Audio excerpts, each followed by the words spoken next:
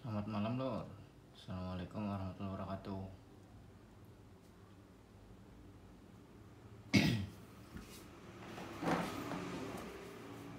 Konten kita kali ini membahas soal power kelas TD lagi ya lor. Ini kelas TD pasaran lor, cloningan ya. Jadi inti pembahasannya itu seputar gimana sih caranya agar power kelas TD ini MOSFET-nya adem ya. Jadi power kelas TD jika tidak ada beban, tidak ada input itu umumnya karena gagal start ya lor, kalau MOSFET-nya panas ya. Nah, jadi solusinya gampang aja lor sebenarnya sih. Nggak perlu komponen yang rumit-rumit ya. Oke. Buat yang mau bertanya, kita sudah tidak cetak PCB kelas TD model pasaran seperti ini lagi ya lor. Sudah kita ubah ke kelas I ya. Nanti kita akan rilis, namun kita tidak buru-buru ya, karena di sini kita kerjaan bengkelnya lagi ruwet lor, lagi penuh ya. Banyak yang ngecat, banyak yang perbaikan mobil juga ya lor. Oh ya, kita kembali lagi ke pembahasan soal power ini ya lor. Jadi untuk power kelas TD, jika ingin mudah startnya tuh cukup kalian siapkan adaptor 12 volt DC ya lor. Bisa 1 ampere, bisa 2 ampere ya. Yang saya siapkan ini adaptor DC. Nah, DC-nya 12 volt, tertera di sini 2 ampere ya untuk arusnya ya lor. Nah, untuk cara pemasangannya itu sebelumnya kalian copot dulu transistor muting. Ini wajib dilepas ya lor. Transistor muting wajib dilepas, nggak usah dipakai lagi. Nah, terus untuk pemasangannya, supply 12 volt DC adaptor ini, nah yang ini nanti kalian salurkan ke elko yang ini ya lor. Sebentar nih. Nah, di sini kan ada dioda kacang nih, BV26 ya. Dan outputnya ini ditampung dulu ke elko. Nanti kalian pasang adaptornya itu di elko ini ya. Ini rail negatif ya lor. Pasang di rail negatif ya, tidak boleh di rail positif, karena rail positif itu startnya itu mengikuti rail negatif ya. Ingat, rail positif startnya itu mengikuti rail negatif ya. Kalau rail negatif sudah start, yang rail positif juga otomatis start ya lor. Nah, untuk MOSFET kalian bebas bisa pakai apa aja ya, kalau udah pakai supply bias ya lor. Nah, untuk yang contoh kali ini sudah saya obrak-abrik ya lor. Ini tidak memakai transistor totem, tidak memakai MOSFET totem. Optocoupler sudah saya ganti memakai TLP 250 ya. Nah, MOSFET pakai EFPI 8225. Terus lain-lain paling di sini saya lepas semua komponen muting optocoupler ini ya lor. Nah, terus relay tidak kita fungsikan, hanya untuk sebagai tes saja ya. Nah, di sini ada beberapa alat ukur. Ini ada tang ampere, kita fungsikan sebagai voltmeter ya, hanya untuk menunjukkan volt DC-nya saja ya lor. Dan di sini ada 2 voltmeter.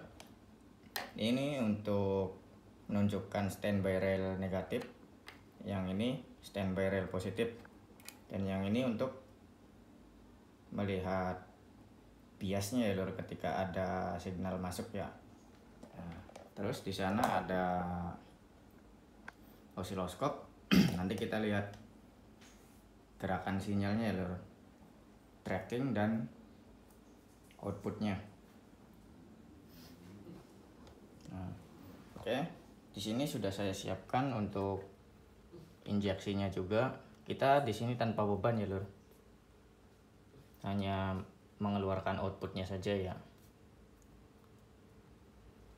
Nah, di 117 volt, maksud saya di 117 Hz ya lur.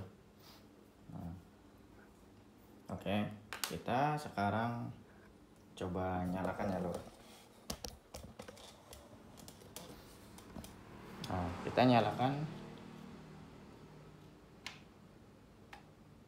suplainya ya, ini suplai utama ya lur.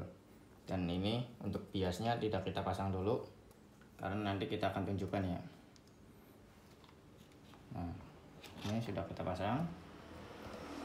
Nah, disitu belum start ya lur, karena bias belum saya colokkan ya lur. Nah, ini kita lihat supply DC-nya. Di sini supply DC-nya untuk rail negatif 215 volt DC. Kondisi supply trafonya ada di malam hari ya lur. Dan yang ini rail positif 216 volt DC ya. Nah, lalu kita lihat di sana standby belum on, namun di sini bias sudah mulai on ya, ada di 360 mV ya. Nah, oke, sekarang kita colokkan ini untuk biasnya ya, kita colok lalu di sana langsung start ya lur. Nah, kita lihat ya. Nah, begitu bias dicolokkan, di sana langsung start ya lur.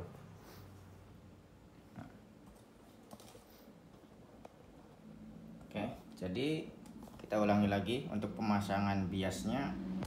Untuk pemasangan bias 12 voltnya itu pasang di elko sini ya lur. Solder saja lur dari bawah lur.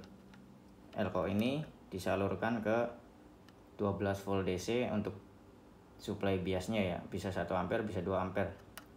Nah, ini untuk membantu start ya lur. Nah, terus lain-lain paling ini aja nih, transistor muting kalian wajib lepas ya, muting wajib dilepas. Oke, sekarang kita lihat signalnya ya lur. Signal versus output standby-nya ya. Sini standby kita adjust dulu di 7 volt ya.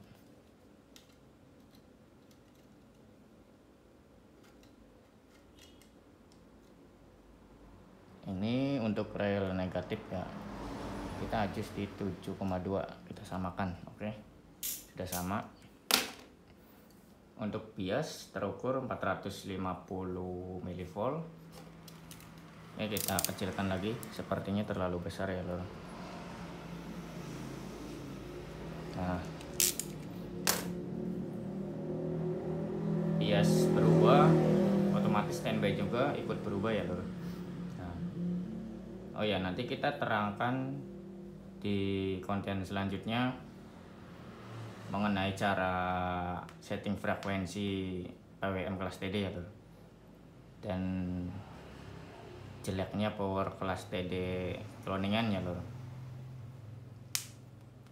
Oke, di sini kita coba keluarkan outputnya. Kita on kan osiloskop yang channel satunya ya lor. Nah, ini untuk ininya kita adjust dulu osiloskopnya. Nah, oke, kita coba pelan-pelan dulu. Nah,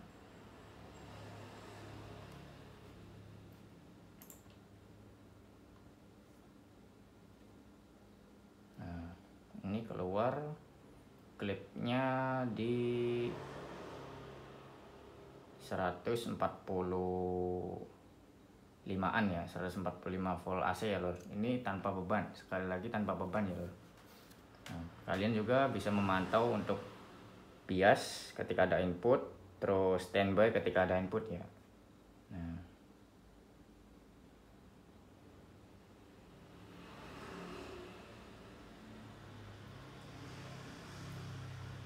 lor, untuk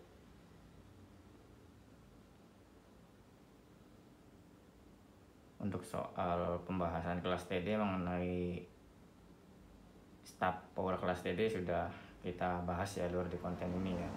Semoga kalian bisa paham dan bisa mengambil ilmunya. Ini untuk bias kelas TD itu bisa berfungsi sebagai menambah durability di bagian power class TD-nya ya lor, di bagian MOSFET-nya ya terutama. Karena MOSFET power class TD itu sangat mudah jebol. Mudah jebolnya sih dari gagal start itu ya umumnya ya lor. Oke. Terima kasih buat yang sudah menonton. Selamat malam dan selamat beristirahat. Sampai jumpa lagi di konten selanjutnya dan assalamualaikum warahmatullahi wabarakatuh.